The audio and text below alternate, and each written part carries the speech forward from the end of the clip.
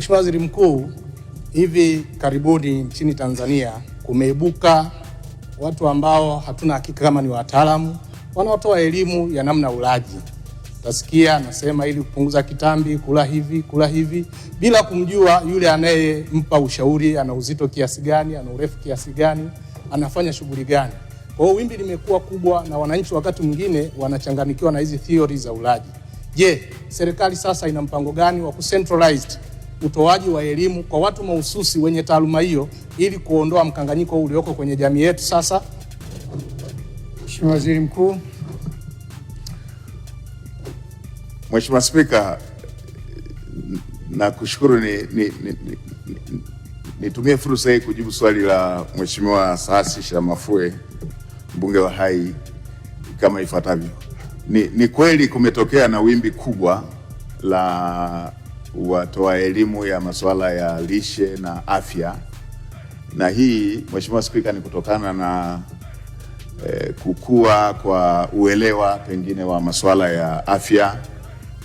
Kwa sasa tuna wataalamu wengi wanaojua masuala ya afya kutokana na kupanuka kwa elimu ya masuala ya afya kutokea kwenye vyuo vyetu ambavyo kwa sasa ni kweli wigo wa vyuo vyetu umeongezeka sana. Lakini la pili, Mheshimiwa Spika, ni kweli kumeongezeka wimbi hilo la kutoa elimu kwa sababu ya njia za kutoa elimu zimeongezeka. Zamani ilikuwa chombo cha habari ni rasmi, itakuwa TV, itakuwa redio ambayo ni rasmi. Sasa hivi kila mwananchi anaweza akatoa ujumbe wake pale pale alipo kupitia mitandao ya kijamii. Kwa hiyo huu ni wigo mwingine ulioongezeka, tofauti na zamani ambako kulikuwa na madarasa rasmi, televisheni rasmi, redio rasmi ya taifa. Sasa kuna njia hii ya mitandao ya kijamii ambako kuna majukwaa mengi, kuna kurasa nyingi ambazo mtu anaweza akatoa elimu yake. Hata hivyo, Mheshimiwa Spika, swali aliloleta Mheshimiwa mbunge Saashisha ni swali la msingi na ni jambo ambalo linatokea, na serikali itaendelea kusimamia sera na sheria pamoja na miongozo inayohusu afya na masuala ya lishe ili kuweza kulinda usalama, kwanza usahihi wa elimu inayotolewa, lakini na pili usalama wa wananchi wetu kufuatia kile ambacho kinatolewa kwenye mwongozo huo.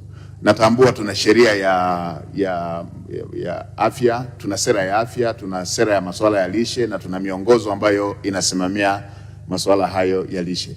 Lakini mbali na hilo, kwa taaluma ya masuala ya kiafya, taaluma hizo zinatawaliwa pia na mabaraza yanayosimamia taaluma hizo.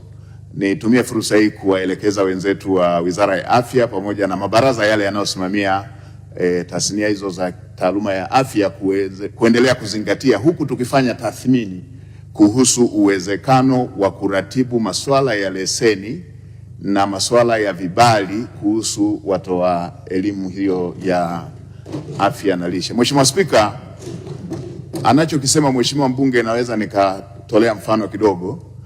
Zamani Wanyirambo walikuwa wanataniwa kwamba ni watu wanaokula punda. Najua ilikuwa utani na kama nikula ni kuonja kidogo.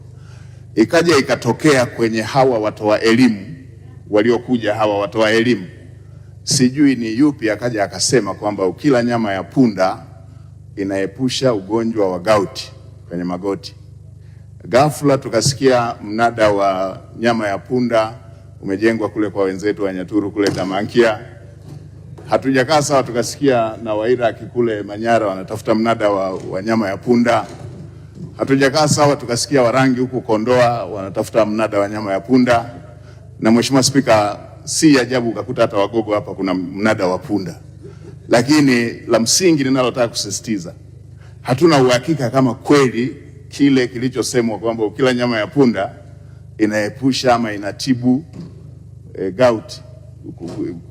Hatuna huo uhakika, lakini ndio hivyo, yule aliyetoa taarifa ile ameshawachongea punda wetu. Sasa hivi ukitafuta kule punda ni shida kuwapata. Kwa hiyo jambo aliloleta Mheshimiwa mbunge, tutazingatia kusimamia miongozo ili taarifa inayotolewa iwe ni ya kweli na imethibitishwa kwamba ni ya kweli na haina madhara kwa kile kilichoshauriwa.